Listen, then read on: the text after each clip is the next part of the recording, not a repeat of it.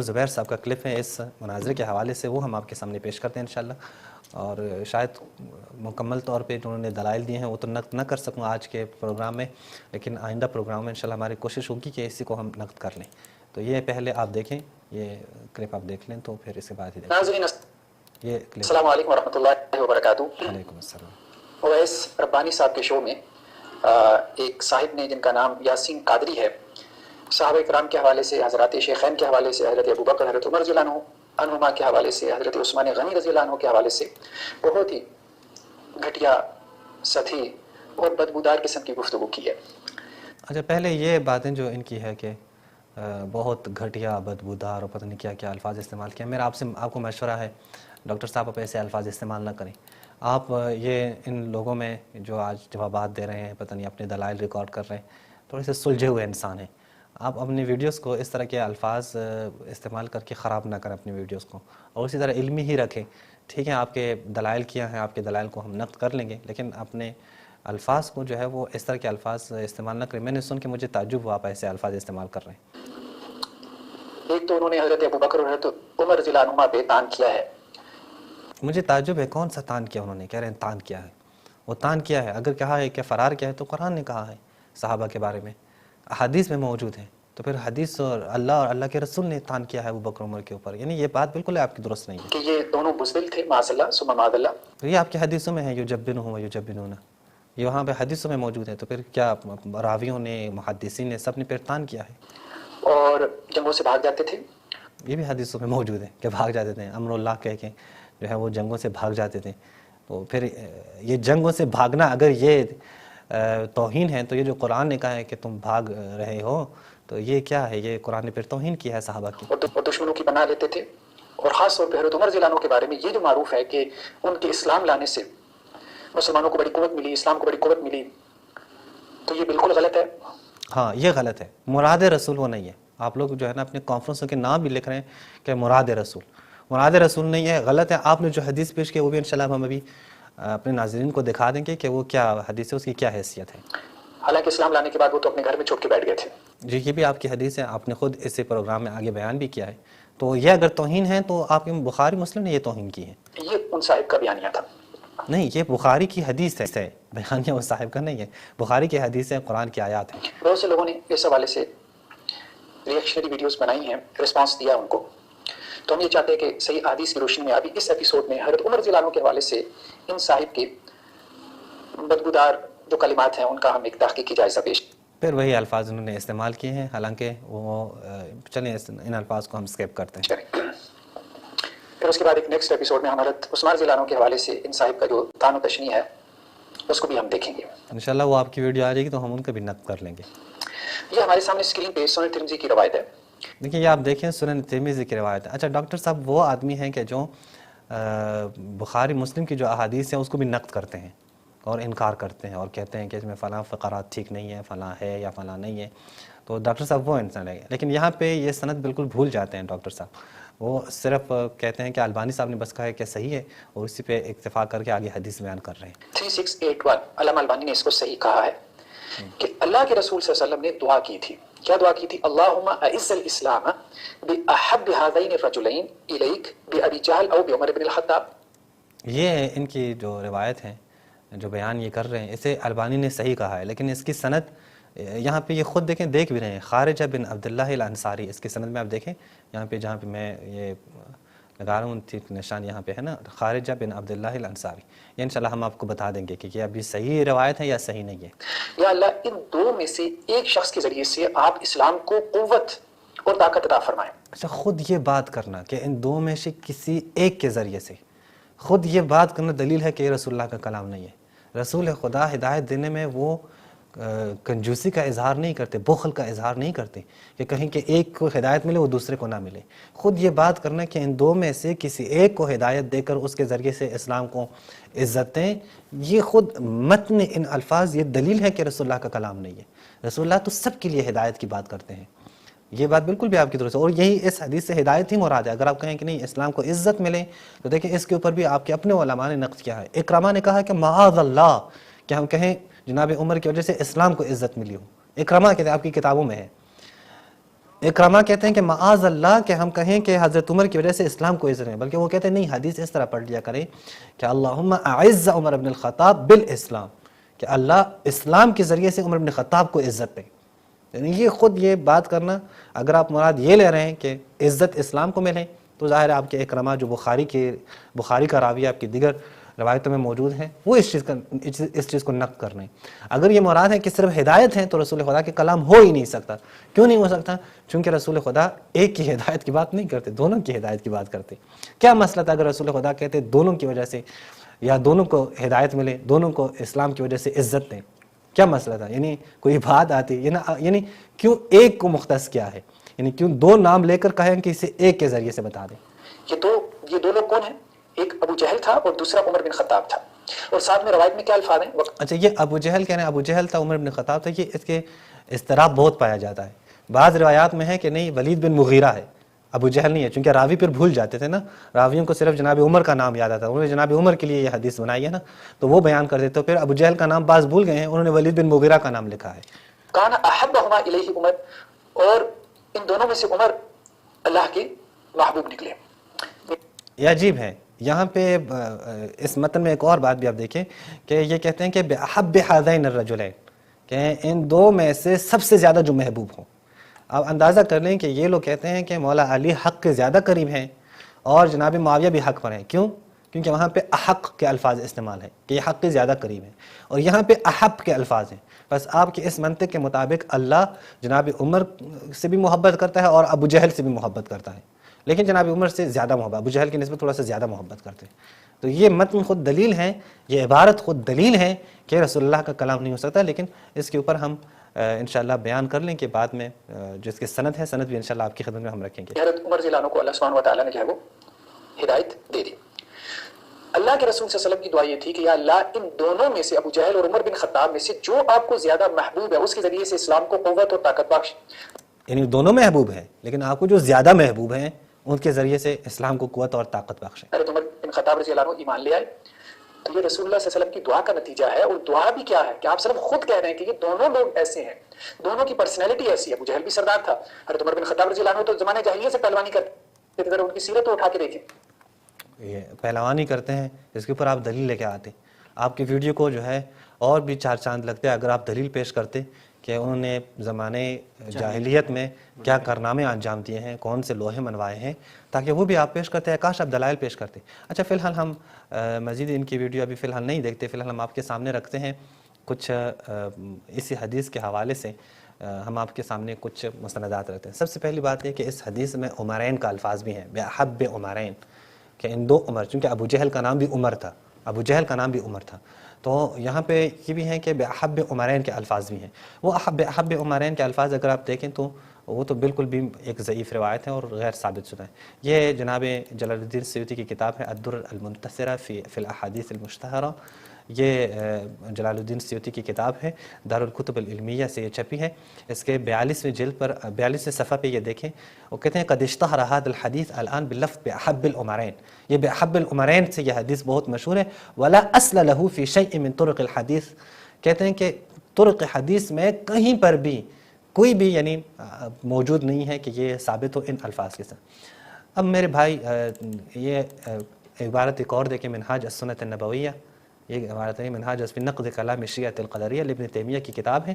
اس کے 6 جلد پر صفحہ نمبر 60 پہ آپ دیکھیں، وہ بھی اس روایت کو نقل کر کے بڑا جو ہے وہ جھوم جھوم کے ہم پہ کہتے ہیں کہ روا عن النبی، نبی کریم سے روی عن النبی، نبی کریم سے روایت ہے من حدیث ابن عمر و ابن عباس، ابن عمر و ابن عباس اور دیگر افراد کے.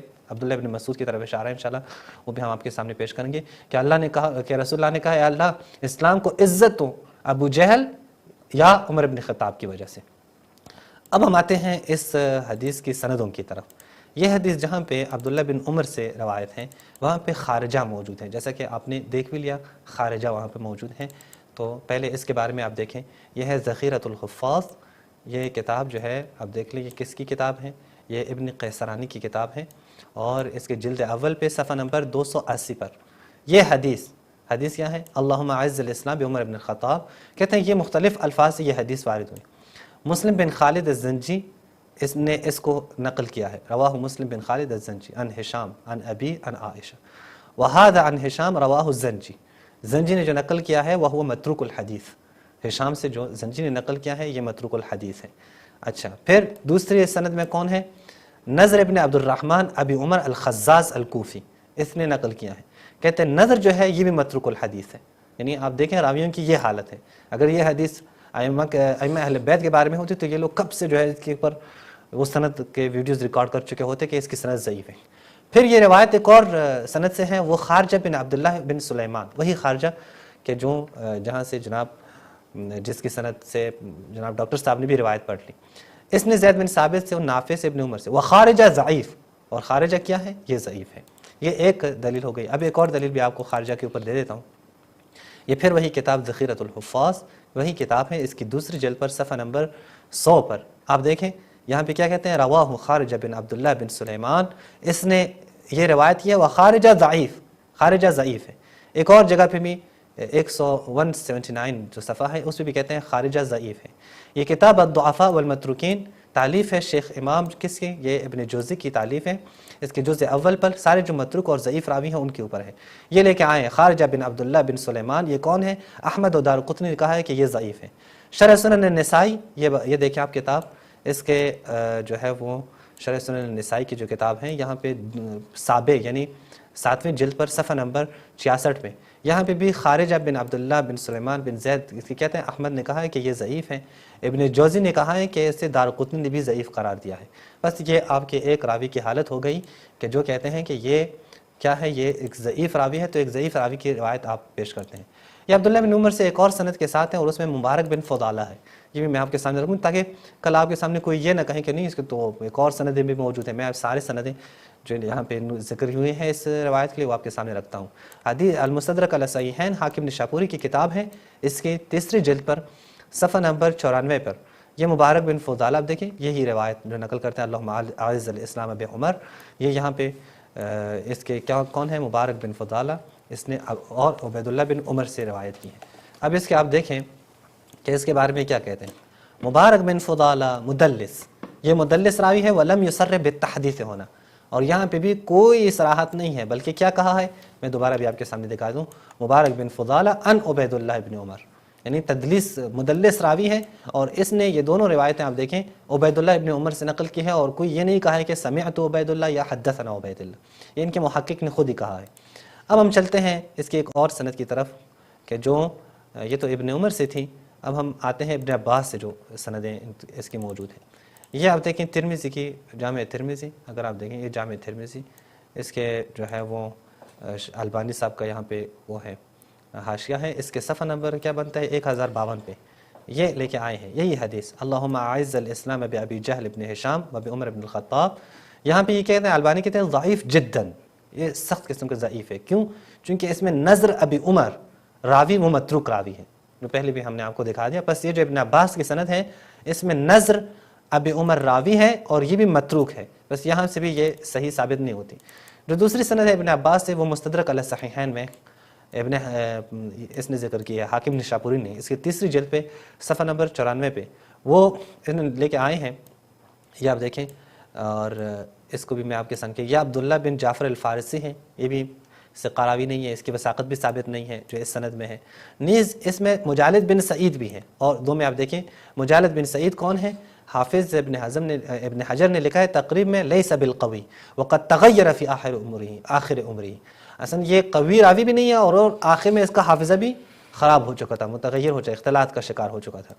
تو یہ ایک آپ کے سامنے رکھی۔ یہ علل الترمذی، لیکن جس ترمذی سے روایت ہے اس ترمذی سے کہ ہاں خود ہی آپ دیکھیں علل الترمذی الکبیر، اگر وہ اسکرین پہ دکھا دیں آپ کو، جی یہ علل الترمذی الکبیر، یہ دیکھیں آپ یہ کتاب، اور اس کتاب کے صفحہ نمبر 373 پر یہی النظر ابی عمر آیا ہے، اور روایت کس سے؟ ابن عباس سے۔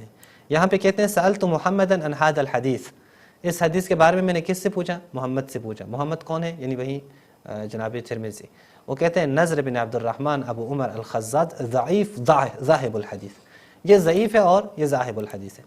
یہ ابن عباس سے سند ہے۔ وہ جو وغیرہما لکھا تھا ابن تیمیہ نے، اس سے مراد ابن مسعود ہے، تو یہ ابن مسعود کی سند بھی آپ دیکھیں، ابن مسعود المستدرک علی الصحیحین، یہ حاکم نشاپوری نے یہ کتاب لکھی ہے اور اس کے تیسری جلد پر صفحہ نمبر 94 پہ یہ آپ دیکھیں، یہاں پہ جو ابن مسعود سے روایت ہے، یہ دیکھیں ابن مسعود، اور اس میں مجالد ہے، مجالد راوی اس میں موجود ہے، اور یہ ظاہر ہے موجود ہے کہ مجالد یہ قوی راوی نہیں ہے بلکہ اس کا حافظہ متغیر ہو چکا ہے۔ اب اس کا مجالد کے ظاہر بھی میں آپ کو دکھا دیتا ہوں۔ یہ شرح الترمذی، شرح الترمذی آپ دیکھیں، یہ ابن رجب حنبلی کی کتاب ہے، اس کے اول جلد پر صفحہ نمبر 135 پہ مجالد بن سعید الحمدانی فلیس هو بالحافظ وقد ضعفه غیر واحد، کئی محدثین نے اس کی تضعیف کی ہیں۔ پھر دوسرے صفحے کے ضعفه احمد نے اس کی تضعیف کیا اور کہتے ہیں کہ کیا ہی عجیب عجیب روایات ہیں مجالد کی۔ وهو يزيد في الاسانید، یہ سندوں میں اپنی طرف سے راوی ایڈ کرتے ہیں اور راوی جو ہے کم کرتے ہیں۔ اور نیز احمد نے کہا ہے لیس بشیء یرفع حدیثا کثیرا لا یرفعه الناس، یہ مثلا کوئی حدیث جس کی سند نہ ہو تو اپنی طرف سے سند بنا کر مرفوع حدیث بیان کرتے ہیں۔ ضعفه یحیی بن معین، یحیی بن معین نے اس کی تضعیف کی ہے، کہا کہ اس سے بالکل، نسائی نے کہا ہے لیس بالقوی، ابن حبان نے کہا یقلب الاسانید، جو اسانید ہوتے ہیں تو اس میں اپنے تصرف کرتے ہیں۔ یرفع المراسیل، مرسل روایات کے لیے خود ہی سند بنا کر اس کے جو ہے متصل اور مرفوع روایت بنا دیتا ہے۔ لا يجوز الاحتجاج به، اس کے احتجاج بھی بالکل جائز نہیں ہے۔ پھر کہتے ہیں وہ مجالد لا یعتبر به، پر یہ آپ کے ہاں دیکھیں مجالد کی حیثیت ہے کہ جو یہ حدیث بیان کرتے ہیں۔ یہ حدیث ایک اور طریق سے خود عبداللہ ابن عباس سے یہ آئے ہیں مسند ابی داؤد الطیالسی میں، مسند ابی داؤد الطیالسی یہاں پہ جلد اول پہ صفحہ نمبر 132 پر وہ یہ حدیث لے کے آئے ہیں، اللہم اید الناس بعمر۔ یہاں پہ یہ کون ہے؟ مسعودی موجود ہے اور ابو نحشل موجود ہے، ہمیں کہیں اور جانے کی ضرورت ہی نہیں ہے، اسی کتاب کے نیچے آپ صفحے میں دیکھیں اسی حدیث کے حوالے سے کیا ہے، اسنادہ ضعیف لحال المسعودی، مسعودی کی وجہ سے سند ضعیف ہے، کیوں؟ فإنہ اختلط، چونکہ وہ اختلاط کا شکار تھا، وروایت المصنف عنہ بعد الاختلاط، اور اس سے جو روایت یہ لی گئی ہے یہ اختلاط کے بعد لی گئی، یعنی واضح ہے کہ یہ مختلط راوی ہیں، اس کا اختلاط کا شکار ہو چکا تھا اور اختلاط کے شکار ہونے کے بعد اس سے یہ روایت لیا، پس یہ تو کبھی بھی ہو نہیں۔ دوسرا ابو نحشل جو ہے وہ اصل مجہول ہے، یعنی دیکھیں یہ لوگ کتنا جو ہے بار بار پیش کرتے ہیں میرے بھائیوں کے مراد رسول ہیں جناب عمر بن الخطاب، رسول اللہ نے دعا کی تھی، رسول اللہ نے مانگا تھا تو اللہ نے اسے عطا کیا، اس کے ذریعے سے اسلام کو عزت ملی ہے، کوئی بھی صحیح سند موجود نہیں ہے۔ میں ڈاکٹر صاحب سے یہ گزارش کرتا ہوں یا کوئی بھی اہل سنت ہمارے دوست ہوں، ہمارے کوئی بھی اہل سنت بھائی، اس سے میرا تقاضا ہے کہ وہ کوئی ایک صحیح سند ہمارے سامنے پیش کریں اس حدیث کے لیے، تو ہم کہیں گے ٹھیک ہے آپ کے ہاں یہ حدیث صحیح سند کے ساتھ ہے، ورنہ کوئی بھی صحیح سند کے ساتھ یہ حدیث موجود نہیں ہے، یہ رسول اللہ کے اوپر صحیح سند کے ساتھ رسول اللہ سے یہ حدیث موجود نہیں ہے۔ ایسے راوی موجود ہے کہ جو مجہول ہیں، اختلاط کے شکار ہیں، خود اپنی طرف سے سندوں میں جو ہے وہ دستکاری کرتے ہیں، کمی اور زیادتی کرتے ہیں۔